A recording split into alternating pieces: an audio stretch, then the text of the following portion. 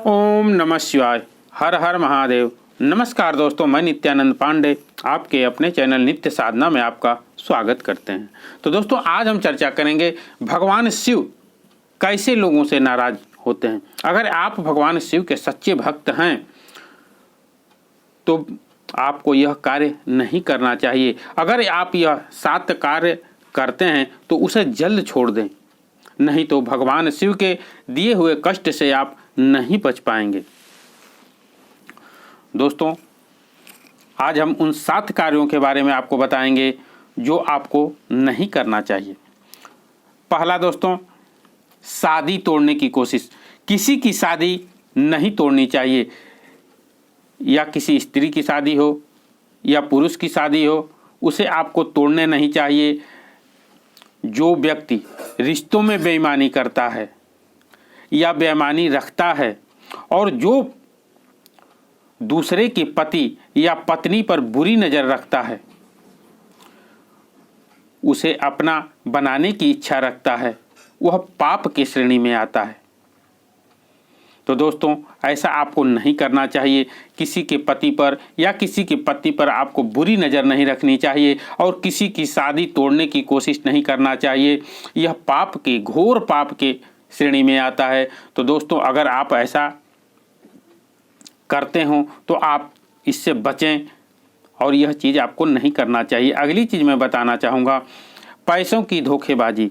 किसी की भी पैसा हो उसे अपनाने की कोशिश नहीं करना चाहिए। दूसरे की धन को अपना बनाने की चाह में आदमी परेशान रहता है, ऐसा आपको नहीं करना चाहिए। पैसों की हेरा फेरी नहीं करना चाहिए।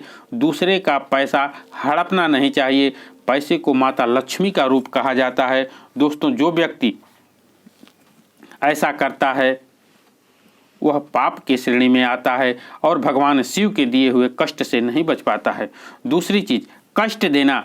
किसी को वह अपराध किया ही न हो, उस इंसान को अगर हम कष्ट देते हैं, नुकसान पहुंचाते हैं, तो यह पाप के श्रेणी में आता है। तो दोस्तों, आपको यह चीज़ नहीं करना चाहिए। किसी को निपराध आपको कष्ट नहीं देना चाहिए।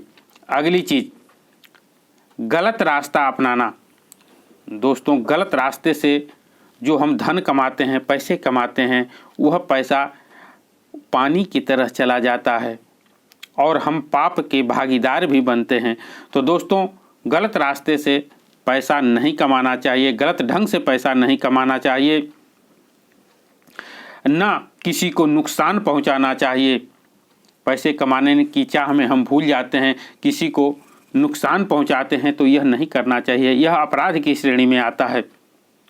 शिव पुराण के अनुसार, यह शिव पुराण में साफ लिखा गया है कि बुरी सोच, जो व्यक्ति बुरी सोच रखता है, जिस प्रकार से बुरा न करने पर भी बुरी सोच रखने के कारण वह पाप का हकदार होता है।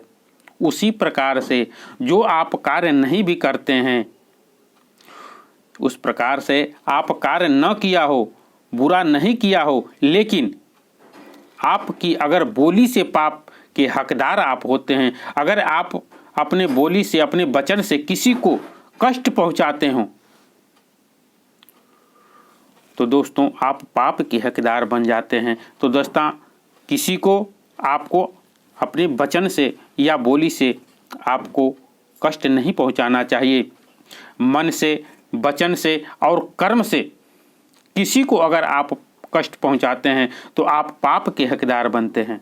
तो ऐसा आपको नहीं करना चाहिए। दोस्तों, अगली चीज़, किसी को नुकसान पहुंचाने के लिए झूठ बोलना नहीं चाहिए। दोस्तों, हम अपने स्वार्थ में झूठ बोलते हैं, किसी व्यक्ति को नुकसान पहुंचाते हैं, किसी के सम्मान को हानि पहुंचाते हैं, किसी को अपमानित करते हैं। तो दोस्तों, अगर आप ऐसा करते हैं तो उस व्यक्ति के सम्मान को हानि होती है। तो दोस्तों, आप पाप की श्रेणी में आते हैं। तो इसे आपको नहीं करना चाहिए।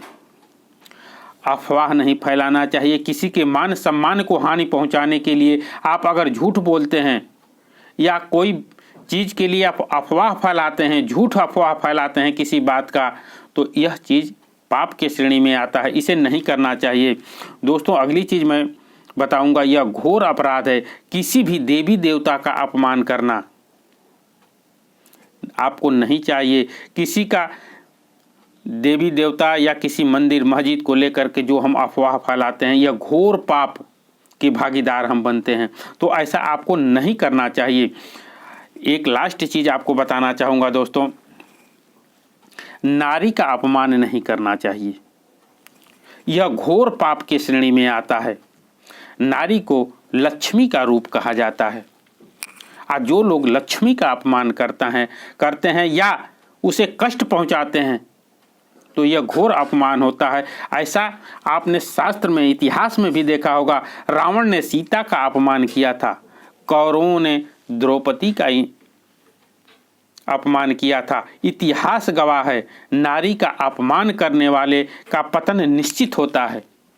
तो दोस्तों, आपको ऐसा नहीं करना चाहिए, नारी का सम्मान करना चाहिए।